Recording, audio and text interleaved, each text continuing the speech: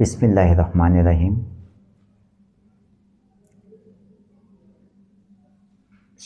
সরকারের বর্তমান গণতান্ত্রিক সরকারের নির্বাচনী ইশতেহার নিয়ে একজন সাধারণ নাগরিক হিসাবে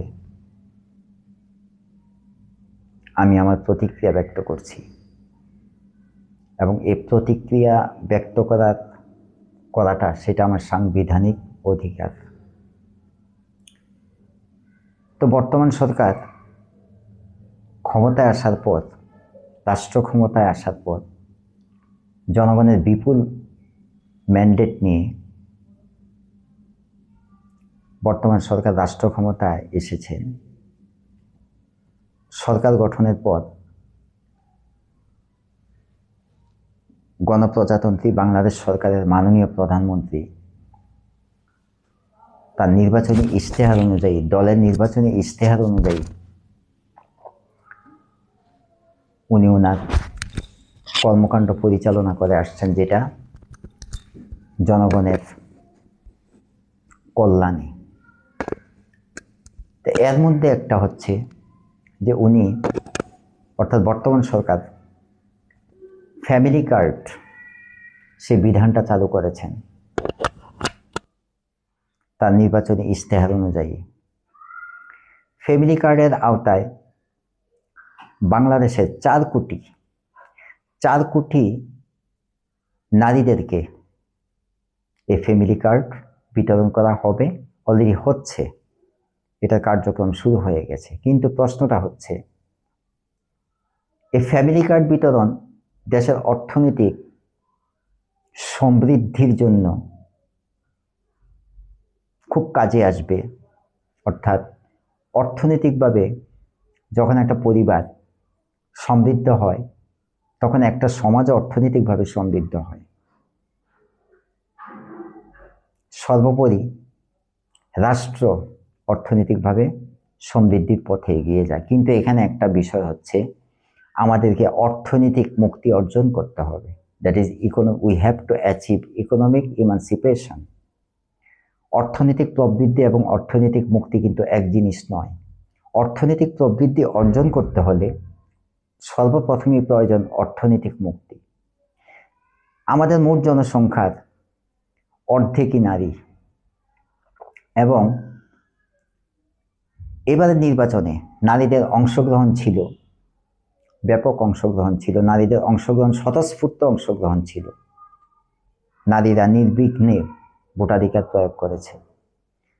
তাহলে এখন আমরা বুঝতে পারছি যে নারীরা এখন এগিয়ে আসতে চাইছে। তাহলে এখন যেহেতু অর্ধেক নারী দেশের, তাহলে দেশের অর্থনৈতিক সমৃদ্ধির জন্য অর্থনৈতিক মুক্তি তো প্রয়োজন, কিন্তু সেটা নারীদের মাধ্যমে, নারীদেরকে আমাদেরকে প্রাধান্য দিতে হবে। কিভাবে আমরা অর্থনৈতিক মুক্তিটা অর্জন করতে পারি? ফ্যামিলি কার্ড তো আছেই। আমাদের সমাজে পুরুষ শাসিত সমাজ, অর্থাৎ পুরুষ শাসিত বলতে আমি সেটাই মিন করছি যে বেশিরভাগ পরিবারই পুরুষরাই হচ্ছে পরিবারের সমস্ত কিছু দেখাশোনা করেন। কিন্তু আমাদের নারীদেরকে যদি আমরা উৎপাদনশীল এবং অনুৎপাদনশীল সেক্টরে যদি আমরা নিয়োজিত করতে না পারি, তাহলে শুধুমাত্র ফ্যামিলি কার্ড বিতরণ করে অর্থনৈতিক মুক্তি অর্জন সম্ভব নয়। নারীদেরকে আমাদের উৎপাদনশীল, প্রোডাক্টিভ এবং নন প্রোডাক্টিভ উভয় সেক্টরেই তাদেরকে এমপ্লয়মেন্টের ব্যবস্থা করতে হবে। অর্থাৎ আরেকটা বিষয়, সরকার এটাতেও প্রাধান্য দিচ্ছে যে উইমেন এম্পাওয়ারমেন্ট, অর্থাৎ নারীদের ক্ষমতায়ন। নারীদের ক্ষমতায়নও যদি আমরা এনশিওর করতে চাই, সেখানেও কিন্তু আমাদের অর্থনৈতিক মুক্তি বিষয়টা চলে আসে। আমাদের সমাজে একটা জিনিস আমরা দেখতে পাই যে যখন নারীরা কর্মক্ষেত্রে যাওয়ার জন্য প্রস্তুতি নেয়, যে একটা চাকরি করবে, একজন নারী উচ্চশিক্ষিত বা একজন নারী লেখাপড়াই জানে না, যেমন তার কোনো সার্টিফিকেট নেই, লেখাপড়া জানে কিন্তু তার সার্টিফিকেট নেই, প্রাতিষ্ঠানিক সার্টিফিকেট নেই, তাকেও তো আমরা উৎপাদনশীল খাতে নিয়োগের ব্যবস্থা করতে পারি, সরকার করতে পারেন, এবং নারীরা সেটা করছেন। সমাজে একটা জিনিস দেখতে মাঝে মধ্যে প্রায় দেখা যায় যে একজন নারী যখন গার্মেন্টস ফ্যাক্টরিতে যখন চাকরি করে, তখন সে কিন্তু তার পেটের দায়ে যায়, পেটের দায়ে পারিবারিক এক্সপেন্স একা তার স্বামীর পক্ষে সম্ভব হয় না। সমাজের অনেকেই দেখি আমরা সেটা বাঁকা চোখে দেখে যে গার্মেন্টসে চাকরি করে। তো পরিবার থেকেও দেখা যায়, পরিবারের যে শ্বশুর শাশুড়ি সেই ক্ষেত্রে একটু নেতিবাচক ধারণা প্রকাশ করে। তাহলে আমাদের নারীদেরকে দেশের অর্থনৈতিক সমৃদ্ধিতে নারীরা অনেক বড় ভূমিকা রাখতে পারে অর্থনৈতিক মুক্তির মাধ্যমে। এবং এই অর্থনৈতিক মুক্তি যদি আমরা অর্জন করতে চাই, নারীদেরকে আমরা যে অবহেলার চোখে দেখি সেটা সব পরিবার থেকে আসতে হবে।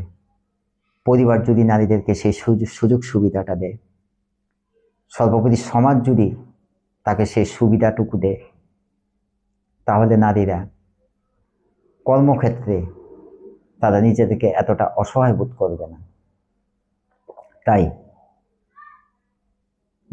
আমাদের সরকারের পক্ষ থেকে তো পদক্ষেপ আছেই।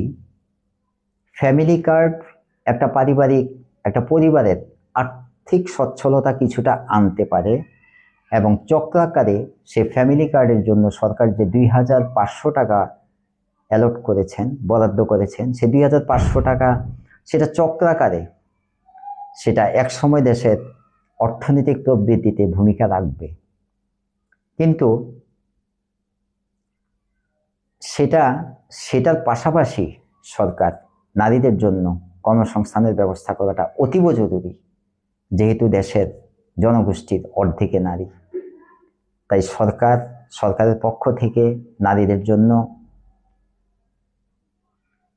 কর্মক্ষেত্র তৈরি করতে হবে এবং কর্মময় পরিবেশ তৈরি করতে হবে, তাহলে অর্থনৈতিক মুক্তি মিলবে। এবং অর্থনৈতিক মুক্তি যখন আমরা অর্জন করব, তখন স্বভাবতই আমরা অর্থনৈতিকভাবে সমৃদ্ধি অর্জন করব। সরকারের প্রতি দেশের সংবিধান তথা সকল সাংবিধানিক প্রতিষ্ঠানের প্রতি সম্মান প্রদর্শন করে আমি আমার বক্তব্য শেষ করছি। আল্লাহ হাফেজ।